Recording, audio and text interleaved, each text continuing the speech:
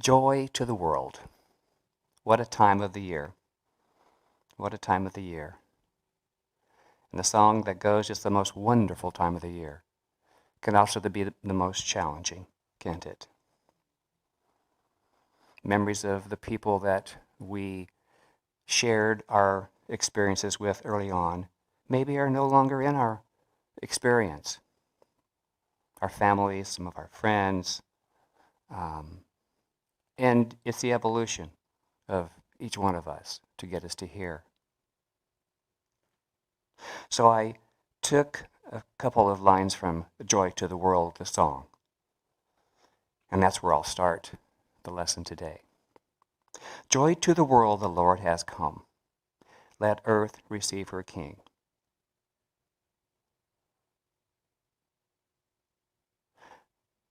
Today is also Kwanzaa,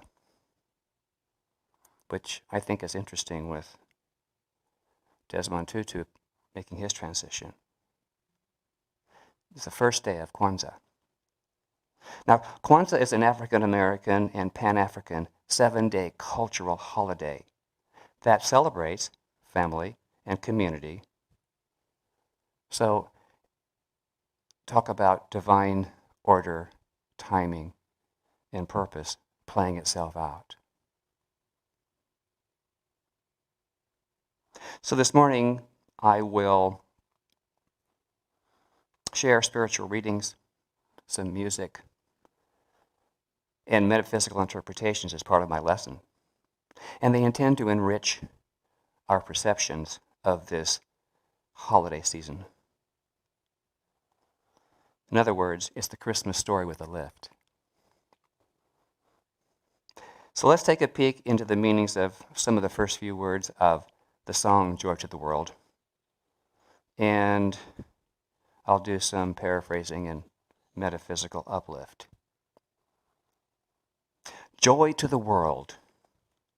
Joy in my experience. The Lord has come. The enlightenment is here. Let earth receive her King. I accept divine ideas, the gifts of spirit, into my mind and body. Let earth receive her King.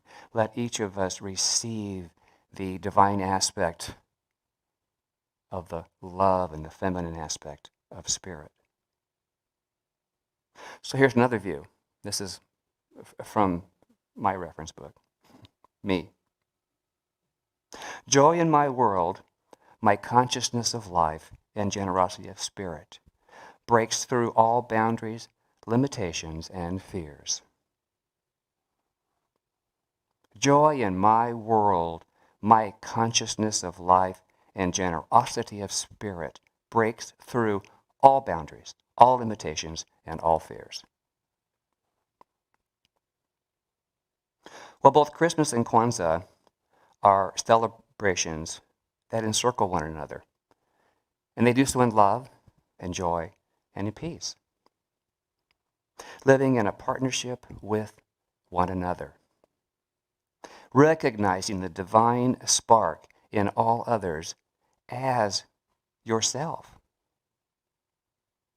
We can't see what we see in others unless we ourselves are that.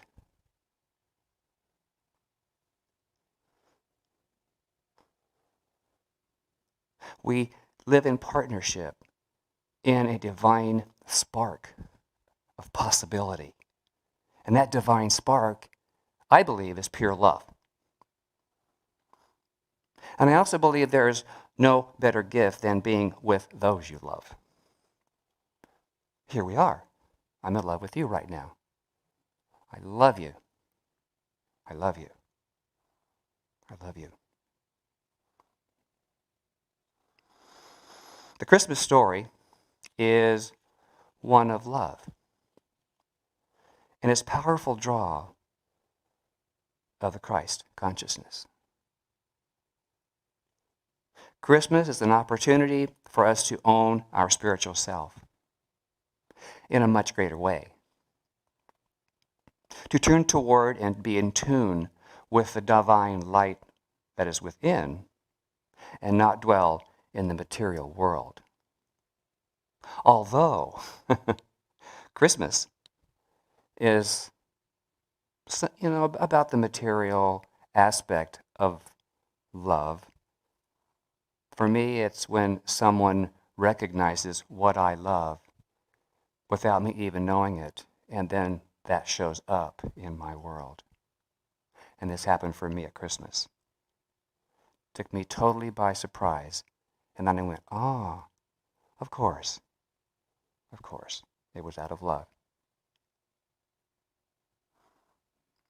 And the reason that the spiritual self does not dwell in the material world is that the material world is finite. It has the tendency to get dusty and rusty, and it eventually deteriorates, doesn't it? On the other hand, the spiritual self forever clamors to express and recreate itself anew. Why? Because it is eternally pure consciousness. You and I are living in this consciousness, in a universal stream of pure self. And it's a powerful draw. It's a powerful draw. And this draw is beckoning us out of its magnificent glory, drawing out our souls as if to say, evolve, evolve. The story of the birth of Jesus, the Christ, glorifies that evolution, awakens our inner Christ spirit. Beloveds, I am here in you as you. I am you. Each one of us, I am you. The story of Jesus' birth begins with a gleaming symbol, a bright illumination. What is that? What was that? Any ideas?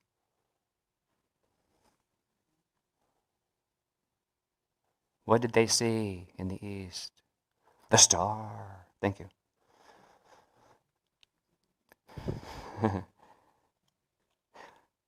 The story also includes several participants, all vital to the story. Our story. This is our story. Christmas is our story. So let's begin with some of the participants. And then I'll do a metaphysical spin, or aspect, or star. Joseph. Joseph represents the state of consciousness in which we increase in character. He is especially representative in the realm of forms. Among the primal faculties, Joseph represents imagination. Do you have imagination? You have Joseph. Mary represents the inner devotional side of the soul, the mother of Jesus. Mary provided a wonderful lesson of constancy, gratitude, love, faithful attachment, and service. Oh, and the animals. Oh, those animals. Specifically, I chose the camel. I always like camels, the animals. Well, the camel symbolizes the power of endurance and strength, and it's often been referred to as ships of the desert. A spirit, moreover, of patience, persistence, and not the result of fear. They trudge on. They trudge on. Bethlehem, a city where Jesus was born, and Bethlehem is in Judea. Judea means praise or spiritual recognition. Bethlehem means house of bread, symbolizing the abiding place of substance. So it's a place within ourselves that we are nourished and we find comfort. Bethlehem. The star. The star that pointed the way for the wise men to find Jesus was in the east. It symbolizes our inner conviction of our divine sonship, the part of our soul that is so beautifully lit and allows us to be drawn to that aspect of ourself that is of pure divinity. Speaking of the wise men that followed the star, the wise men symbolized the stored up resources of the soul, which rise to the surface when its depths are stirred by a great spiritual revelation. So can you see how all these aspects of those attending this story of Jesus' birth are actually aspects of ourselves being brought together to be valued? Oh, and I can't forget the swaddling clothes. These represent confinement. Because you see, after the birth, the clothes were placed around Jesus in this story. So they represent the confinement, the helplessness of man's thoughts about his new life. And here's the example. Because there was no room at the inn. So all of these little stories around the birth, these little pieces, are part of the vital story of ourselves, how we get wrapped up in the effects of the world. So we've been born this beautiful soul, and yet, we get bound up by the outer world many times. Now, Jesus himself represents God's idea of man in expression. And each of us, we are called to put on the Christ consciousness that he is to have valued and represented, and to carry the gifts of the wise men, the gifts of the divine that each of us was born into. And so each of the aspects of the story of the birth of Jesus, can you see how that all those pieces are part of us? And so I call upon each of you to look into a story a little more deeply. Many times there's more to the story. You've heard that before. Now here's the rest of the story. It was a famous line from one of our departed reporters. But the rest of the story, there's always more to the story, like more to our story than what is currently right here.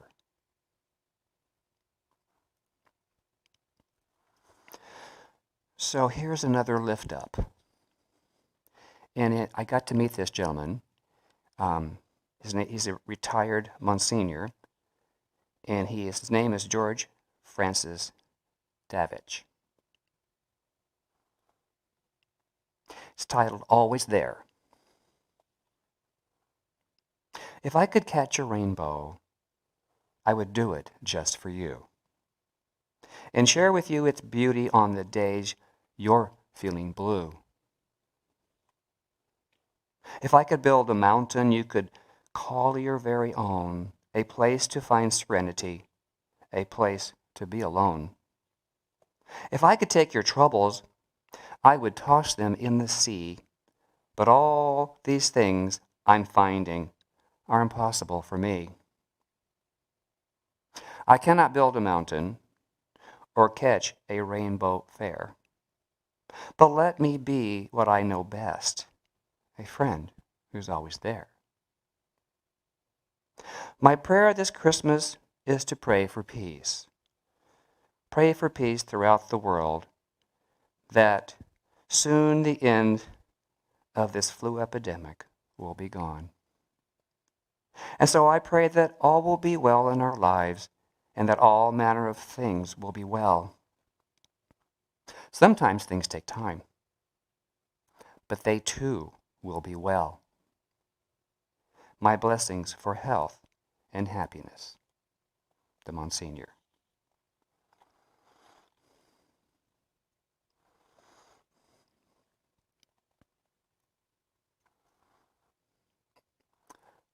Another morsel, one that I cherish this time of the year.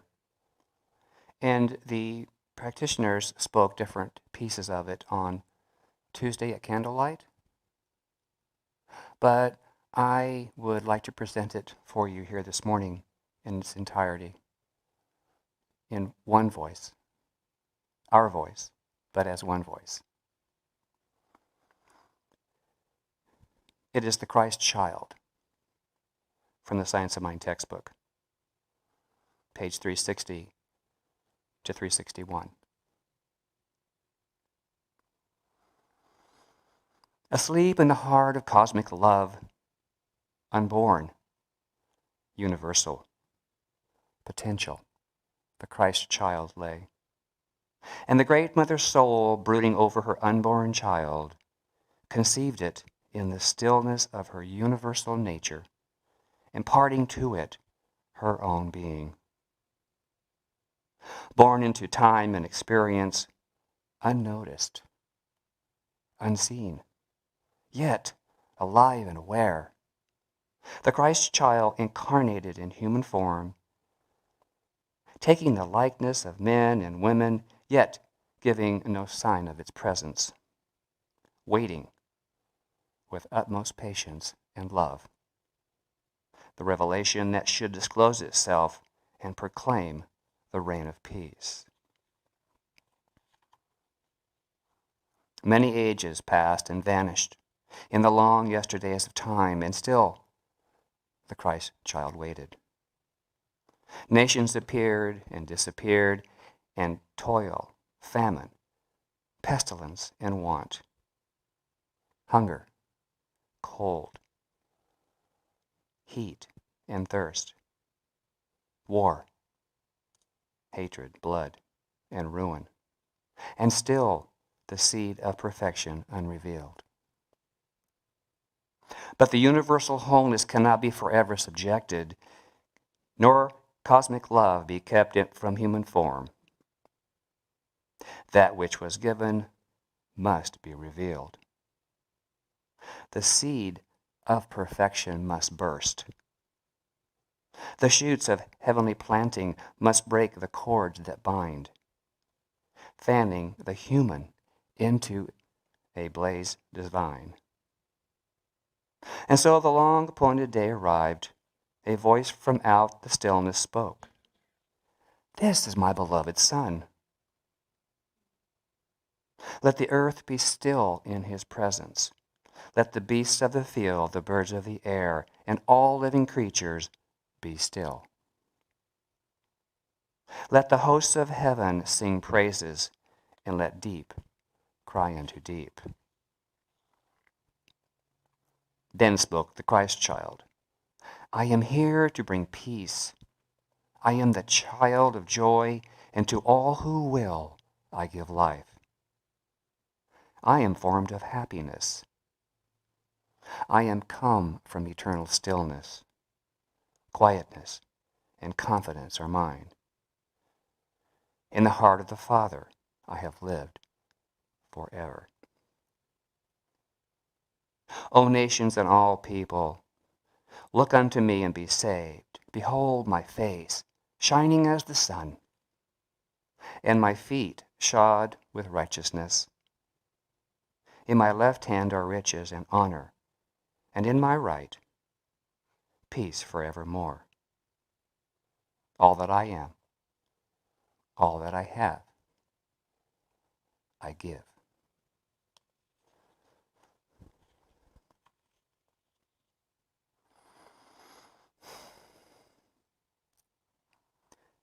And so right now, a tidbit from the audiovisual team that I've selected. It's Believe by Josh Groban.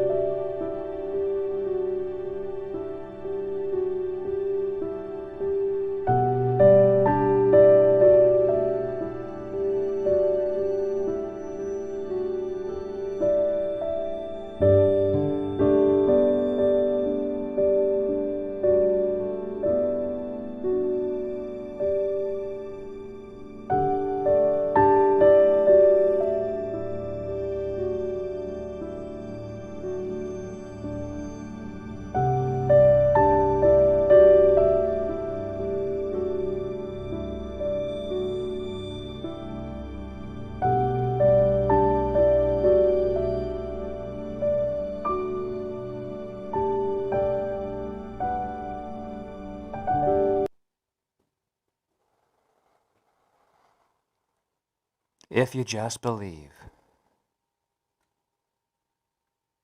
Not what you think you believe, but what you truly believe. And for me, it is that love, just love, is the answer. Because it's always the question as well. So just be in love this season.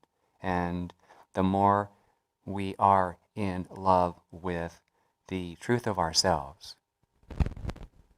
the more of that shows up in loving, lovely, and love-rich ways. And so it is. Namaste.